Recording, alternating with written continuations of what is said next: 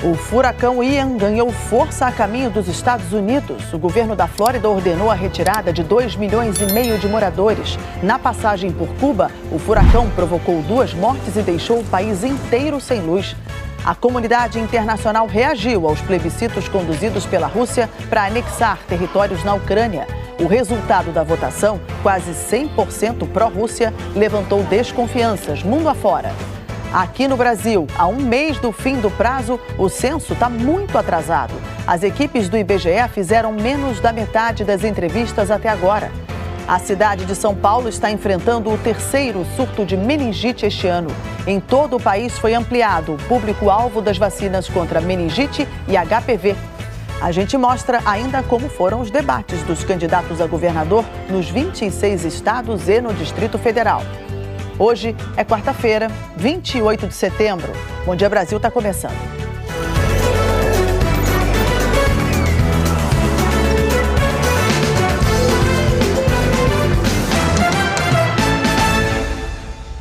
O governo do estado americano da Flórida emitiu ordem de retirada para 2,5 milhões de moradores diante da aproximação do furacão Ian.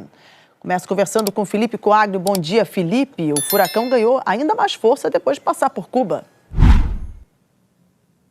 Ganhou sim, Mariana. Bom dia para você, bom dia para quem nos assiste. O furacão estava na categoria 3, mas agora de manhã atingiu a categoria 4, extremamente perigosa, segundo o Centro Nacional de Furacões aqui dos Estados Unidos. Isso significa que ele deve chegar hoje à noite na Flórida com ventos de até 210 km por hora. Os especialistas afirmam que isso vai desencadear ondas fortes no litoral, com possibilidade de enchentes e também chuvas muito fortes. Os parques temáticos de Orlando estão fechados hoje por segurança. O governador da Flórida fez um apelo para que os moradores na mira do furacão não percam tempo e disse que a saída para quem demorar pode ficar inviável, principalmente pelos ventos fortes que vão forçar as autoridades a fechar estradas. Já tem projeções de que o Ian pode causar estragos que vão custar até 60 bilhões de dólares em reconstrução. O furacão atingiu Cuba ontem. O governo anunciou que a ilha inteira ficou sem luz. Os 11 milhões de habitantes estão sem energia. 2 pessoas morreram. O correspondente Ismar Madeira conta mais detalhes na reportagem. Os ventos chegaram a mais de 200 km por hora, trazendo muita chuva também. Árvores e postes de luz foram derrubados. Nesta comunidade, chegaram a cair sobre as casas. Muitas foram inundadas e destelhadas. Esta moradora mostra a destruição e diz que nunca viu uma tempestade com tanta força. 50 mil pessoas tiveram que deixar as casas. Esta mulher disse que mudou de quarto num abrigo porque a força da tempestade ameaçava quebrar as janelas de vidro de onde ela estava. A Estação Espacial Internacional registrou o tamanho impressionante do furacão Ian passando pelo Caribe. Cientistas da Administração Oceânica e Atmosférica dos Estados Unidos fizeram um sobrevoo para coletar dados e avaliar o risco para as cidades na rota do furacão. O presidente Joe Biden garantiu apoio federal a 3 cidades da Flórida, entre elas Tampa, uma das maiores do estado. O furacão Ian pode ser o mais forte a passar por lá desde 1921, quando inundações provocaram muita destruição e pelo menos 8 pessoas morreram. Biden aprovou a assistência emergencial pedida pelo governador. O presidente disse que 700 funcionários da Agência Federal de Gestão de Emergência já foram enviados à Flórida. E que a assistência também é para o fornecimento de alimentos, abrigo e ajuda depois que o furacão passar. Biden pediu que a população atenda às instruções das autoridades e afirmou: sua segurança é mais importante do que qualquer coisa. Milhares de pessoas de cidades próximas ao Golfo do México já pegaram a estrada para fugir do furacão. John disse que estava assustado por causa das informações sobre a destruição que os fortes ventos e a tempestade poderiam provocar. Preocupada, a população correu aos supermercados para reforçar os estoques de suprimentos. Alguns ficaram de prateleiras quase vazias. Moradores também fizeram mutirões para levantar barreiras em volta das casas com sacos de areia. Michelle disse que estavam fazendo o melhor que podiam para se preparar, mas que sairia de casa se necessário. E hoje tem alerta de temporais e ventos fortes para praticamente toda a região centro-sul do Brasil. O Marcelo Pereira, com a previsão do tempo, traz os detalhes. Bom dia, Marcelo. Oi, Mariana, bom dia para você. Pois é, a chuva e o vento estão ganhando força por conta da ação de 3 sistemas aqui no Brasil. Oi, pessoal, bom dia para vocês também. E quais são esses sistemas? Uma frente fria e um cavado que se uniram a um corredor de umidade vindo da Amazônia, que cruza o centro do país. O resultado disso tudo são os fortes temporais. São Paulo já sentiu os efeitos dessa chuva. Essa noite, parte do muro de contenção de uma obra do metrô cedeu e a água invadiu a área onde a linha 6 está sendo construída na zona oeste da cidade. Na zona leste, córregos também transbordaram, sem contar nas ruas alagadas pela capital. Ao todo, foram mais de 300 quilômetros de lentidão no trânsito ontem. O dia já começou bastante molhado hoje por aqui e não esquenta nada, 18 graus só de máxima. E essa chuva deve se espalhar pelo interior do estado e todo o centro-sul do país. São Paulo, Minas, sul de Goiás, de Mato Grosso, estado de Mato Grosso do Sul, norte do Paraná, Rio até o sul do Espírito Santo. E como essa água se distribui ao longo do dia? Bastante, olha, de 85 a 60, 50 e 45 milímetros entre Juiz de Fora e Minas, Rio, São Paulo, Campo Grande e Guarujá no litoral. No Rio, o dia também vai ser de atenção, já chove desde a madrugada em várias regiões do estado. Cuidado com as áreas de risco, tá, pessoal? E com tanta chuva, o Centro Nacional de Monitoramento e Alertas de Desastres Naturais, o CEMADEM, avisa sobre o risco para deslizamentos e alagamentos em toda essa área. Destaque para o laranja, onde esse risco é mais alto. E onde o guarda-chuva pode ser dispensado? Pelo menos em Palmas, Teresina, Rio Grande do Norte e também em Porto Alegre. Essa condição vale para a capital federal. Depois de alguns dias molhados em Brasília, hoje o sol brilha forte, temos imagens ao vivo, a grama está voltando até a ficar verdinha. Mariana, bom dia para você. Bom dia, Marcelo, obrigada. O andamento do censo demográfico está muito atrasado em comparação à pesquisa feita em 2010. Faltando pouco mais de um mês para o fim da coleta de dados, as equipes do IBGE ainda precisam fazer mais da metade das entrevistas.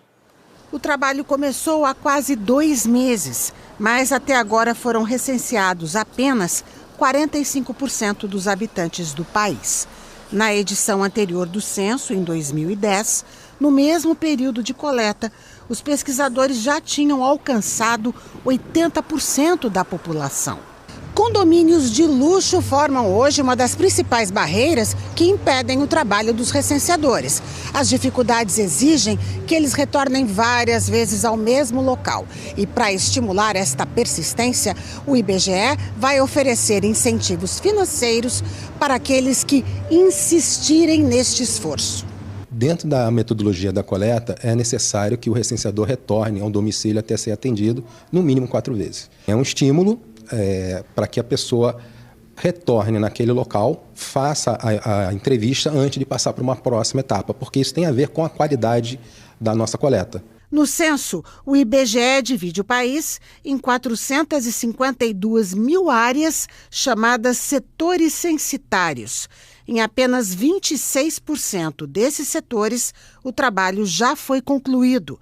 Em 37%, a coleta está em andamento. E em mais de 35% dos setores, o trabalho nem começou. A pesquisa está menos atrasada no Nordeste. Estados como Piauí e Sergipe concluíram o questionário em 42% das áreas de trabalho. Na região norte, as dificuldades de acesso estão entre os motivos para a baixa eficiência. Roraima tem somente 14% dos setores concluídos. O estado mais atrasado é Mato Grosso. Onde a gente tem maior oferta de emprego é exatamente onde a gente tem mais dificuldade de conseguir recenseador. Então a gente está concorrendo com o mercado de trabalho, né? Então a gente tem estados como São Paulo, Santa Catarina, Rio Grande do Sul, Mato Grosso. A gente tem realmente esse desafio aí de conseguir pessoas em quantidade suficiente para dar conta de todo o trabalho. O IBGE estima que seria necessário ter o dobro de recenseadores em campo. A coleta termina no fim de outubro. O levantamento de informações tão importantes para o futuro do país depende da colaboração de todos os brasileiros. é distribuição de renda, é geração de postos de trabalho, é construção de escolas. Eu acho que a sociedade tem que construir esse censo junto com o IBGE. Ele não é um censo do IBGE, é o censo do Brasil. O empresário Tiago Brenan, réu por bater numa mulher dentro de uma academia em São Paulo, já é considerado foragido. Ele é procurado pela polícia. Rodrigo Bocardi, bom dia para você. Ele viajou para Dubai, segundo a Polícia Federal, ainda não retornou ao Brasil? Até agora não, Mariana. Bom dia a todos. O mandado de prisão saiu ontem à noite, determinando que a polícia faça buscas e prenda Tiago Brenan. Brenan foi flagrado agredindo a atriz Helena Gomes numa academia em agosto. Depois que o caso veio a público, pelo menos mais 10 mulheres denunciaram Brenan para o Ministério Público por outros crimes, como estupro e cárcere privado. Ele tinha até sexta-feira passada para voltar ao Brasil e entregar o passaporte. Agora é considerado foragido. Tiago Brenan Fernandes Vieira vai responder por lesão corporal e corrupção de menores, porque para o Ministério Público ele incentivou o filho, menor de idade, a também ofender a atriz. A Justiça também determinou que a Polícia Federal inclua o nome de Brenan na lista de procurados pela Interpol, a Polícia Internacional. Nós procuramos a defesa de Tiago Brenan, mas até agora não tivemos retorno. Mariana. Obrigada, Rodrigo. O número de mortos em 11 dias de protesto no Irã subiu para 76, segundo a Organização de Direitos Humanos do Irã, com sede na Noruega. Os ativistas afirmam que a polícia iraniana está usando força desproporcional contra a população. As manifestações já se espalharam por 80 cidades do país. Os atos começaram sob liderança de mulheres, depois que Mahsa Amini, de 22 anos, morreu sob custódia da polícia de costumes. Ela foi presa por desrespeitar as regras de vestimenta do país. O governo prometeu investigar o caso. A seguir, a preocupação com o terceiro surto de meningite do ano na capital paulista. Uma morte já foi registrada. A Polícia de Minas apreende celulares para investigar a suspeita de falsificação envolvendo os petiscos de cachorros contaminados. Agora, 8 horas e 42 minutos, hora de Brasília. Bom Dia Brasil, volta já.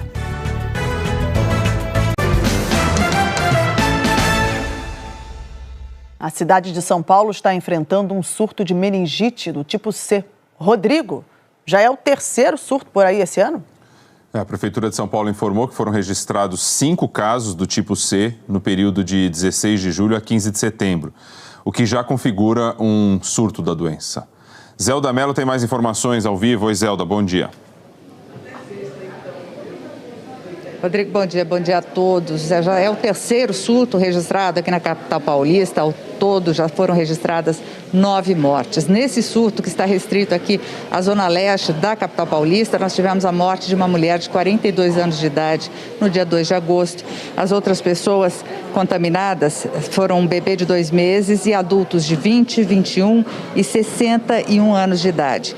Este ano já foram registrados 56 casos, isso desde o comecinho do ano, né? A Prefeitura está fazendo ações de vacinação, de bloqueio, que é a vacinação imediata de pessoas que estão no entorno dessas pessoas que apresentaram casos de meningite. Nos postos de saúde é possível encontrar 2 tipos de vacina. A meningo-C, que combate a meningite tipo C, normalmente é aplicada no calendário mesmo para as crianças. Ela também está sendo usada agora para ser aplicada para quem tem até 64 anos de idade. E tem a vacina CWY, normalmente usada para os adolescentes, mas é só trazer a carteirinha de vacinação que aí os agentes de saúde vão avaliar. Rodrigo. Obrigado, Zelda Mello. É considerado surto quando são detectados mais de 3 casos no mesmo bairro de pessoas que não tiveram ligação entre si. E aí fica o reforço para a importância da vacinação. Mariana, regredimos e muito nesse sentido, que é muito triste. E a gente vem falando de poliomielite também, campanha que é adiada tempo em tempo, que a gente não consegue melhorar o índice de vacinação de todos. É preocupante, Rodrigo. Ainda falando sobre vacinação, desde o início de setembro, o Programa Nacional de Imunizações estendeu para adolescentes a aplicação da vacina contra a meningite, a CWY. Também ampliou o grupo apto a tomar a vacina contra o HPV. Postos de saúde já estão seguindo a nova recomendação.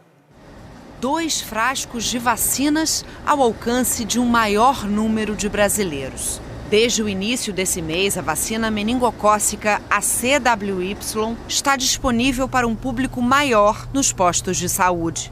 Antes, só crianças de 11 e 12 anos podiam tomar a dose única contra a meningite. Agora, adolescentes até 14 anos serão imunizados. Também houve a ampliação do grupo imunizado contra o HPV. A vacina estava disponível para meninas de 9 a 14 anos e meninos de 11 a 14. O calendário agora será igual: vacina para todos, de 9 a 14 anos. A vacinação ampliada dessas duas doenças atinge principalmente os adolescentes e as crianças entrando na adolescência. É que, de acordo com o Ministério da Saúde, eles são grandes responsáveis por manterem circulando no país doenças como a meningite, por exemplo. Apesar das crianças com menos de 1 ano terem mais risco de pegar a doença, os adolescentes são os principais transmissores. A gente tem uma estatística aqui que 24% dos adolescentes e adultos jovens têm essa bactéria na sua garganta, no seu nariz. Países que adotam a vacinação de crianças e de adolescentes têm uma queda muito mais substancial. A meningite meningocócica mata 1 em cada 5 pessoas infectadas.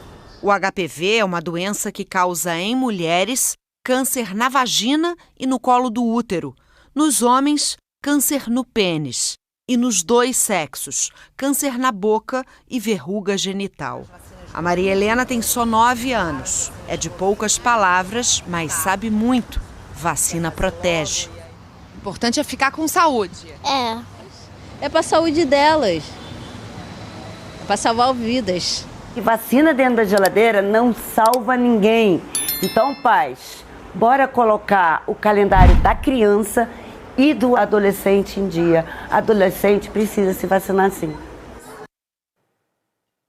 É isso, bora vacinar. E a polícia de Minas apreendeu os celulares dos representantes de 2 empresas envolvidas no caso dos petiscos contaminados que podem ter matado mais de 50 cães pelo país. Aline Aguiar, bom dia para você. Eles apresentaram versões diferentes nos depoimentos. Isso, Mariana. Bom dia a todos. Os investigadores querem saber se houve alguma adulteração no laudo de pureza do propileno glicol, produto que pode ser usado na fabricação de alimentos, mas que estava contaminado com etileno glicol, uma substância altamente tóxica. Ontem, o diretor da empresa Tecnoclean, que vendeu o propileno glicol para a fabricante de rações Bassar, prestou depoimento aqui em Belo Horizonte. Ele apresentou um laudo que atesta a pureza de 95,5% do material. Disse ainda que comprou o produto da empresa A&D e que não fez nenhum tipo de adulteração. Mas a A&D já afirmou que só vende propileno glicol para a indústria de higiene e que ele não poderia ser usado na fabricação de alimentos.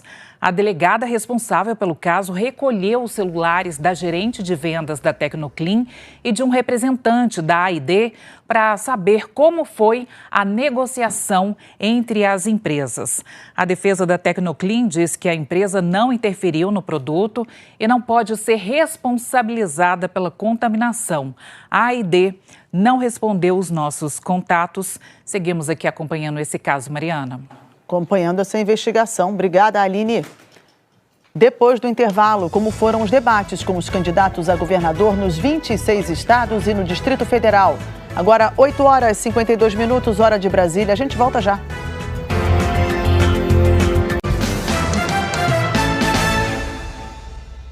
Emissoras da Globo e afiliadas realizaram ontem à noite debate entre os candidatos aos governos estaduais.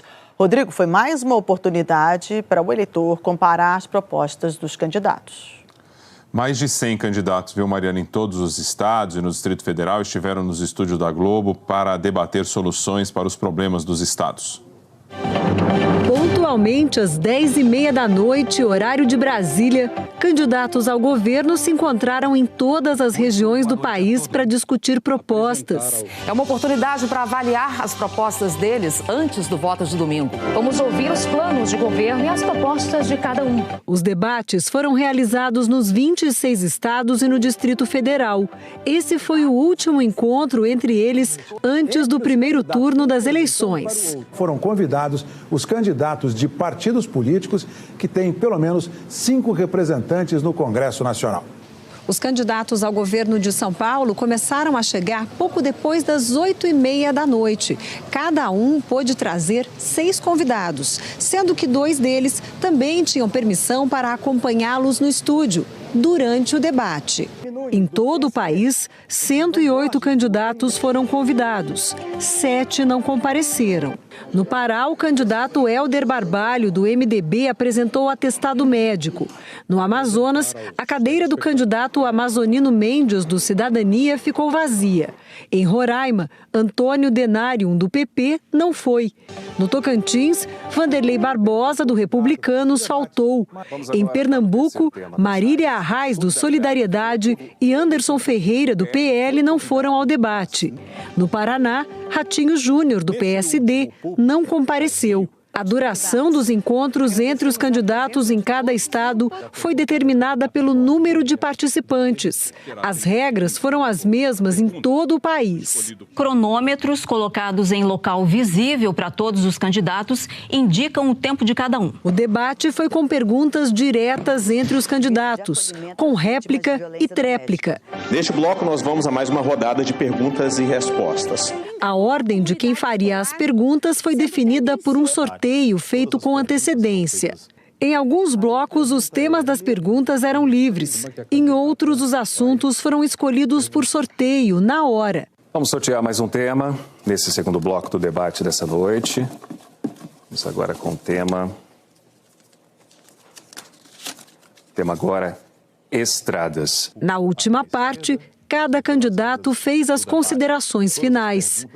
De norte a sul do país, o debate deu oportunidade ao eleitor de comparar as propostas e escolher o que quer para o futuro de cada estado. Agradecemos aos candidatos aqui presentes e também à sua audiência. E nós continuaremos a acompanhar os últimos momentos das campanhas. Agora, portanto, é você quem decide.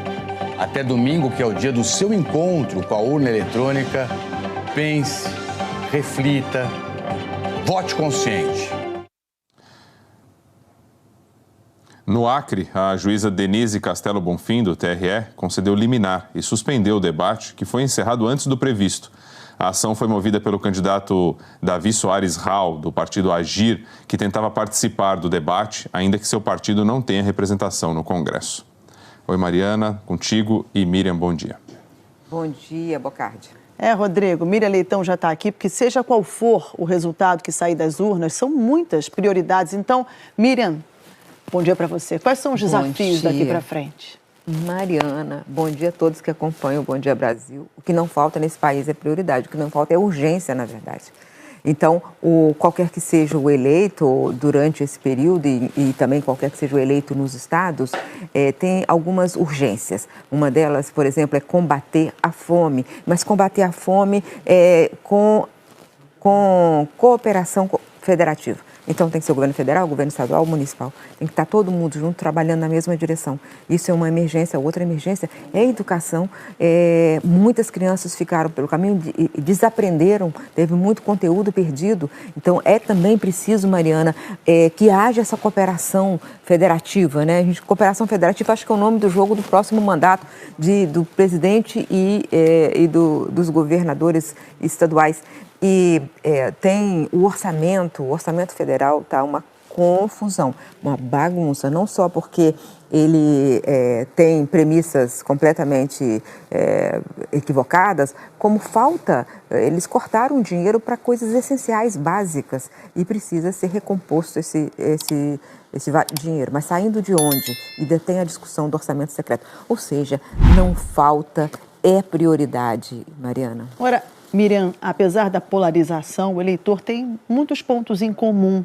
O que dizem as pesquisas? Pois as pesquisas mostram, primeiro, tem essa coisa que no Brasil, esse ano, mais do que em qualquer outro, é muito diferenciado o voto de quem é mulher, de quem é homem, de quem é negro, quem é branco, quem mora no Nordeste, quem mora no Sul do país. Então, essas diferenças são muito grandes. Mas as pesquisas também, além de pegar o número de intenção de voto, elas fazem o que eles chamam de perguntas carona. Na mesma pesquisa, vários fizeram perguntas sobre o que eles acreditam, que os brasileiros acreditam. O IPEC fez uma pesquisa ampla sobre isso, são vários que fizeram, mas mostraram algumas coisas interessantes. Essa pesquisa do IPEC que eu analisei detalhadamente. Diz, por exemplo, Mariana, a gente está pensando, você vê na destruição do meio ambiente, mas uma minoria, só 18% acham que você deve fazer o crescimento econômico, geração de emprego, à custa do meio ambiente. E, inclusive, os que votam em Jair Bolsonaro, é uma minoria de 20% acham que você pode sacrificar o meio ambiente. Uma outra questão, que é o Estado deve trabalhar para que haja redução da desigualdade, a diferença entre ricos e pobres? Sim, e a maioria absoluta acha isso. A maioria acha que não interessa a religião do candidato. E aí eu fui ver no segmento evangélico também um número menor, 40% acham que a religião do candidato não interessa e 32% acham que a religião interessa. Isso no segmento onde esse voto preocupado com religião é maior, que é nos evangélicos. Então, tem o que você vê em tudo, que tem a polarização, mas o eleitor brasileiro, em geral, é um eleitor de centro, com preocupações sociais e ambientais, com preocupação que acredita no Estado laico. Na verdade, quando você olha no que eles acreditam, o que eles respondem, parece menos polarizado do que a gente vê nesse tempo tanto de Traz conflito. esperança. Traz esperança. Eu saí esperançosa dessas análises, desse mergulho na cabeça do brasileiro. Obrigada, Miriam. Bom dia para você. Bom dia a todos. Daqui a pouco, o dia dos candidatos à presidência da República. E o aplicativo do TSE recebe número recorde de denúncias de irregularidades na campanha eleitoral. Agora, 9h04, hora de Brasília. Voltamos já.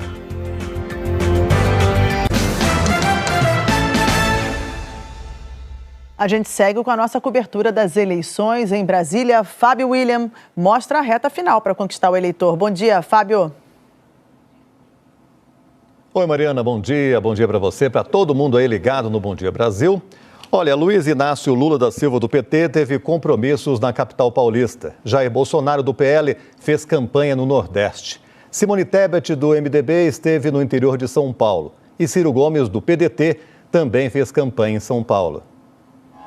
Ciro Gomes do PDT esteve no comitê do partido em Taboão da Serra, na região metropolitana de São Paulo. Ciro Gomes disse que quer colocar a educação brasileira entre as 10 melhores do mundo em 15 anos. Para isso, propõe valorizar os professores e mudar a pedagogia do país para um padrão mais adequado ao mundo digital. Ciro disse ainda que, se eleito, vai implementar um programa de renda mínima de R$1.000 para as famílias que estiverem abaixo da linha da pobreza, de forma permanente, um direito garantido na Constituição. Garante na proposta nossa R$1.000 por domicílio, eliminando 100% da linha de pobreza, que são R$417 por pessoa dentro do domicílio. E a fonte de financiamento isso são os recursos do BPC, do Auxílio Brasil, da aposentadoria rural e um imposto sobre grandes fortunas com alíquota moderada que fecha os 380 bilhões do orçamento. Simone Tebet do MDB esteve em São Bernardo do Campo, no ABC Paulista. A candidata fez uma caminhada nas ruas de comércio popular. Por causa da chuva, ela entrou numa galeria de produtos eletrônicos e roupas. Tebet defendeu a geração de empregos com carteira assinada e conversou com pequenos comerciantes do local. Simone falou sobre os seus planos para incluir pequenos negócios no mercado formal. Ela disse que, se eleita, vai estimular o empreendedorismo e facilitar o acesso ao crédito. Linhas de financiamento diferenciados com juros mais baixos e mais carência para o setor menor. É assim que se faz pelo princípio da equidade. Quem mais precisa do Estado precisa de mais investimentos e mais parceria. Isso nós estamos prontos para fazer. O micro e pequeno, especialmente o micro e pequeno empreendedor, é aquele que mais gera emprego e renda para a população brasileira. À noite, Lula participou de um jantar com empresários em São Paulo. Antes, o candidato do PT se encontrou com atletas e ex-atletas. Depois, se reuniu com representantes da sociedade civil e recebeu o apoio de André Lara Rezende, um dos criadores do Plano Real, e dos ex-ministros Rubens Recupero e Cláudia Costin. Lula também recebeu o apoio de professores de universidades como FGV, INSPER e PUC-Rio. Ele ressaltou a importância das coalizões e disse que divergências políticas têm lugar numa democracia. Eu tenho dito que a democracia não é um pacto de silêncio. Não é todo mundo ficar de cabeça baixa concordando com todo mundo. A democracia é uma sociedade fazendo barulho, gritando, reivindicando, fazendo marcha e contra-marcha, fazendo tudo porque senão o governo não se mexe. Jair Bolsonaro, do PL, começou o dia em Petrolina, no sertão de Pernambuco. Do aeroporto, seguiu em uma motociata pela cidade e cruzou a ponte até a Bahia. Em Juazeiro, na orla do Rio São Francisco, discursou por 12 minutos. Bolsonaro falou sobre a economia em seu governo. Vocês sabem que o Brasil é uma potência na produção de alimentos. E brevemente seremos uma potência também na geração de energia, porque já começa a sair do papel as nossas eólicas na costa do Brasil. De volta a Petrolina, Bolsonaro almoçou em um centro de comida nordestina. Logo depois, o candidato fez mais um discurso para apoiadores em cima de um trio elétrico e voltou a falar sobre o papel do seu governo na economia. Soraya Tronic, candidata à presidência pela União Brasil, visitou um centro de referência genética na zona sul da cidade de São Paulo. A instituição sem fins lucrativos atende a portadores de doenças raras. A candidata conversou com especialistas, ouviu pacientes e falou que pretende criar políticas públicas para que as pessoas tenham acesso mais rápido ao diagnóstico e ao tratamento de doenças. Ela também disse que vai atualizar a tabela do SUS e vai fazer uma parceria com a rede privada de saúde para ampliar o atendimento à população. Soraya Tronic disse ainda que, se for eleita, vai trabalhar para estimular o uso da telemedicina. A telemedicina propicia que pessoas em todos os cantos desse país, da América Latina também, que somos referência, que elas possam ter um diagnóstico, uma orientação que seja. É simples fazer e barato. No entanto, isso já deveria estar amplamente difundido e criado um centro para que pudesse fazer um trabalho conjunto, efetivo. O candidato constituinte Emael, do partido Democracia Cristã, caminhou pelo calçadão de um comércio popular de Osasco, na região metropolitana de São Paulo. Conversou com funcionários de lojas e tirou fotos. O candidato falou sobre as propostas dele para a segurança pública e como pretende reduzir o desemprego no país. É dar início imediatamente à reforma tributária. O sistema tributário que nós temos é um sistema injusto que esmaga empresas e pessoas, impedindo o Brasil de crescer. Na minha visão, o melhor sistema tributário do mundo é o IVA, é o Imposto de Valor Agregado, que é praticado por todos os países da Europa e por vários países aqui na América do Sul. Vera Lúcia, do PSTU, esteve na terra indígena Geralda Toco Preto, em Itaipava de Grajaú, São Luís. No centro da cidade, distribuiu panfletos e conversou com comerciantes. Disse que, se eleita, vai criar políticas públicas voltadas para os direitos dos povos tradicionais e originários. E falou sobre as propostas para a geração de emprego e renda. A nossa proposta é garantir emprego para todo mundo. Para isso é necessário reduzir a jornada de trabalho, sem a redução dos salários, dobrar o salário mínimo, ao mesmo tempo ter um plano de obras públicas que atenda, que absorva essa força de trabalho que está disponível hoje. O aplicativo Pardal do Tribunal Superior Eleitoral bateu recorde e ultrapassou a média de 1.000 denúncias por dia no intervalo de uma semana. Desde o dia 16 de agosto, quando começou a funcionar, o Pardal já recebeu mais de 24.000 denúncias de propaganda eleitoral irregular, compra de votos, abuso de poder econômico, abuso de poder político, uso da máquina pública para fins eleitorais e uso indevido dos meios de comunicação social. Apontando a câmera do celular para o QR Code que aparece aí na tela, você vai saber como navegar pelo aplicativo numa reportagem completa do G1. Mariana? Obrigada, Fábio William. Gerson Camarote está aqui comigo no estúdio. Bom dia, Camarote. Bom dia a você, o Fábio, que não estava sabendo que estava aqui já, por isso não te deu bom dia, senão eu teria dado. Agora, vamos repercutir esse finalzinho de campanha. Camarote, agora os candidatos começam a buscar votos no terreno adversário.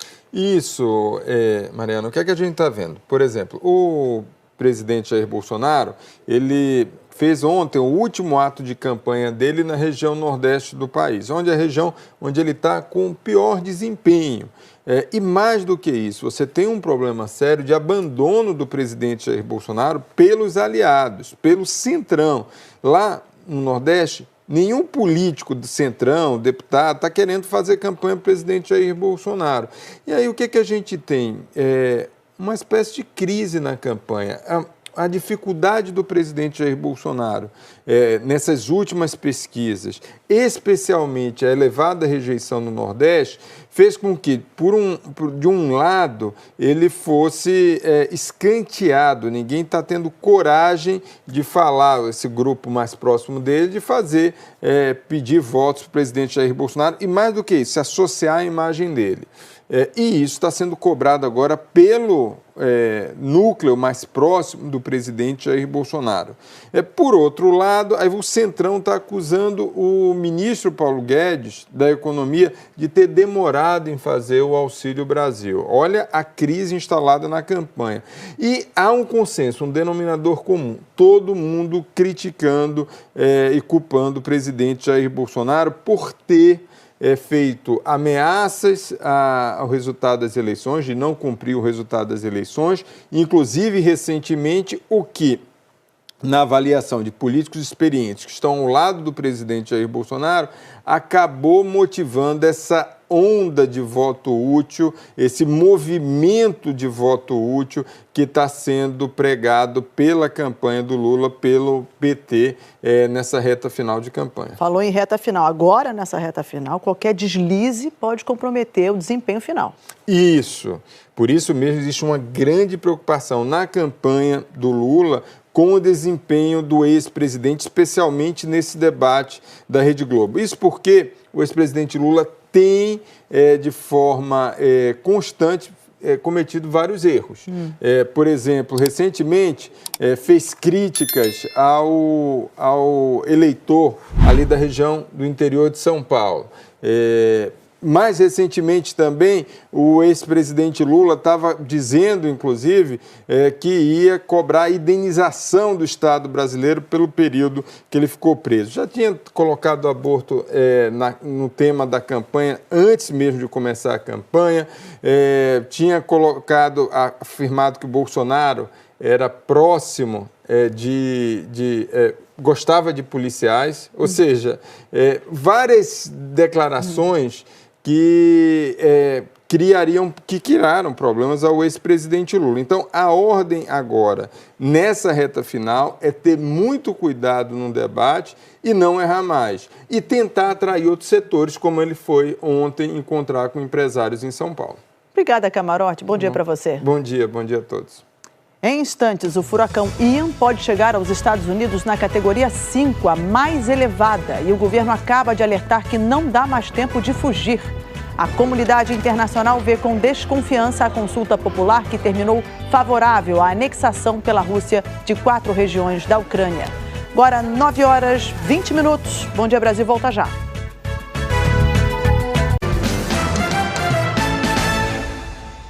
O Santos voltou a vencer no Brasileirão depois de 4 rodadas. Jogo na Vila Belmiro contra o Atlético Paranaense. Luan marcou o primeiro dele com a camisa do Santos. E no último minuto do jogo, Nico fez gol contra. Placar final 2-0. O Santos subiu para 9º colocado. O Atlético Paranaense está em 6º. Moscou declarou vitória nos plebiscitos em 4 regiões ocupadas da Ucrânia, que perguntavam aos moradores se queriam fazer parte da Rússia. Agora sim, chamo a Cecília Malan, que traz as consequências dessas consultas populares, que são consideradas uma farsa pelo governo ucraniano e pelo Ocidente. Bom dia, Cecília. Bom dia, Mariana. Bom dia a todos. O resultado dos plebiscitos de cartas marcadas não foi uma surpresa para ninguém. A gente mostrou aqui no Bom Dia Brasil várias evidências de que soldados russos buscavam eleitores de casa em casa. O processo também não teve observadores independentes. Além disso, grande parte dos ucranianos que viviam nas regiões agora ocupadas por tropas russas tinha fugido para o exterior ou para outras cidades mais seguras da Ucrânia. O resultado é que a esmagadora maioria dos votos apurados nas consultas foi a favor da anexação à Rússia. Agora de manhã, os líderes separatistas pró-Moscou de Donetsk e Luhansk pediram a Putin a incorporação imediata. Em Zaporíjia, muitos moradores que desejam viver sob leis ucranianas estão fugindo. O Kremlin alega que a votação foi limpa e que agora tem o respaldo do direito internacional para considerar essas regiões como territórios russos e defendê-las com todos os meios, inclusive com seu arsenal nuclear, como vem ameaçando. A embaixadora americana no Conselho de Segurança da ONU disse que a votação foi uma farsa. Hoje de manhã, a União Europeia afirmou que o resultado foi fraudulento e que os plebiscitos ilegais violam a soberania da Ucrânia. O chefe da diplomacia do bloco também prometeu uma resposta forte e unida à sabotagem da infraestrutura de energia do continente. Josep Borrell disse que as explosões que provocaram vazamentos no principal gasoduto que sai da Rússia para a Europa foram deliberadas. A Alemanha não descarta o envolvimento russo, uma insinuação que o Kremlin chamou hoje de estúpida e absurda. Mariana, eu fico por aqui com a informação de que Bulgária e Polônia pediram hoje que seus cidadãos deixem a Rússia. Putin segue recrutando a população para reforçar suas tropas. Milhares de homens com idade militar estão fugindo para países vizinhos por causa disso. E existe o medo de Putin fechar as fronteiras para frear essa fuga em massa. Boa quarta a todos. Até amanhã. Seguindo com as últimas notícias do Bom Dia Brasil, agora em Nova York, com Felipe Coalho, novidades em relação ao furacão Ian. O furacão Ian está muito perto de atingir a categoria 5, a mais forte que existe. Agora há pouco, as autoridades da Flórida informaram que o furacão deve atingir o estado essa tarde, com ventos que podem causar mortes. Estradas e aeroportos já começaram a ser fechados. O governo alertou que deve faltar energia em vários pontos do estado e que não há mais tempo de sair. Quem escolheu permanecer na área onde o furacão deve passar, deve se proteger e não ficar na rua nem em estradas. Em algumas cidades litorâneas no oeste do estado, a chuva e o vento podem fazer com que a água chegue a 3 metros de altura. A gente, claro, segue de olho. Um bom dia a todos. A Polícia Federal vai usar drones para monitorar de perto a eleição aqui em Brasília. Hoje teve demonstração. Os drones sobrevoaram o estádio Mané Garrincha. Os policiais fizeram testes de voo. A operação começa no sábado, dia anterior às eleições. Eles vão sobrevoar as principais zonas eleitorais do Distrito Federal. A ideia é combater crimes como boca de urna e o transporte ilegal de eleitores. As câmeras instaladas nos drones vão ser usadas para registrar e identificar suspeitos, placas de veículos e situações de compras de voto. Uma ótima quarta-feira para todo mundo e até a próxima. Arrancar um sorrisinho de vocês aí. Se lembra que mostramos aqui cachorrinhos furtando comida? Sim. Então, parece que tem uma quadrilha de cães agindo no interior do estado de São Paulo, viu? Olha aí, ó. Um cachorrinho foi flagrado agora furtando uma ovelha de pelúcia de uma loja em Tabatinga, conhecida como a capital da pelúcia por causa das fábricas. A ovelha é maior que o cachorro e acaba enroscada ali na porta, vai vendo, ó. Do lado de fora dá pra ver que ele tinha inclusive um comparsa de olho no movimento. Olha lá os dois, ó.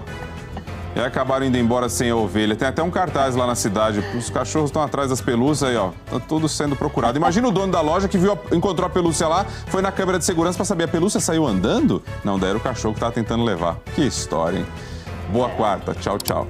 Formação de quadrilha canina. Boa semana para vocês. Agora eu vou fazer uma visita ao estúdio do Encontro com Patrícia Poeta. Bom dia, Patrícia. Oi, Mari, bom dia. Já arrancou boas risadas aqui da nossa plateia esse caso da quadrilha de cães aí, viu? Muito bom. Mas olha só, deixa eu falar para você, estava ouvindo os nossos correspondentes, né, falando sobre a chegada do furacão Ian aos Estados Unidos, a gente também está de olho lá. Vamos conversar, inclusive, com um casal de brasileiros que mora em Tampa, teve que deixar o local. E já vai contar pra gente também como é que tá o clima em todos os sentidos, né? Não só o clima, como é que está o tempo por lá, mas também como é que tá o clima, né, de tensão entre os moradores das cidades próximas ali da Flórida. Bom, a gente vai falar também sobre esse caso. Imagina o susto desse pedreiro, gente. Olha isso. Mostra aí, diretor, pra gente. Ficou preso por um cabo, Mari. Olha só, no 7º andar. E aí deu um desespero total. Já a gente conta como terminou essa história para o pessoal de casa. Mari, deixa eu fazer uma pergunta para você. Você lembra que ontem eu mostrei aqui um grupo de mulheres celebrando o aniversário de uma delas? Elas estavam lá pulando. Lembro. Caíram no buraco, o chão cedeu. Olha lá, vou até reviver este momento. Elas estão todas bem, infelizmente. Mas a gente descobriu uma informação ontem no programa ao vivo que elas estavam cantando Tem Cabaré essa noite. A música está fazendo um sucesso danado. Arrancaram, inclusive, boas risadas da gente aqui também ontem. E aí, quem é que está hoje visitando o programa? Uma visita mega especial, o dono desse sucesso. Tem Cabaré essa noite, Natanzinho. Bom dia, Natanzinho. Bom dia, bom dia. Já vou aproveitar e vou pedir desculpa, me desculpar por essa queda delas, né? Nem sabia que a culpa tinha sido minha, mas, gente, que coincidência, tá todo mundo ali bem no buraco. Bem no lugarzinho, bem no buraco, né, caíram tudo juntinho assim. E olha, e juntinhas elas gravaram uma surpresa pra você, já a gente vai ver. Mari, esse programa tá prometendo, não é, Manuel Soares? Não, inclusive, assim, ó, eu já tô entrando na levada do Bem-Estar, porque uns dizem que tem que acabar essa noite. O Bem-Estar diz que tem pressão alta na noite. Pois é, meu povo. Você que está acompanhando a gente em casa, bom dia, Mari, bom dia. Bom dia para você que está acompanhando a gente em casa. É super legal estar com você nessa manhã. E, gente, o Bem-Estar vai falar sobre pressão alta. Fica ligado, porque às vezes a gente dorme e acha que a pressão tá tranquila. Será que é isso mesmo? Então fica ligado na gente hoje. Tá aí mesmo, é só a tatuagem que a Michelle Loreto vai contar pra gente. E tem muita história aqui. Já, então, a gente começa o encontro, só você passar a bola pra gente. Mari, um beijo grande, sempre um prazer falar com você. Prazer pra mim também, Patrícia. Passando a bola agora para o encontro. Bom Dia Brasil terminou.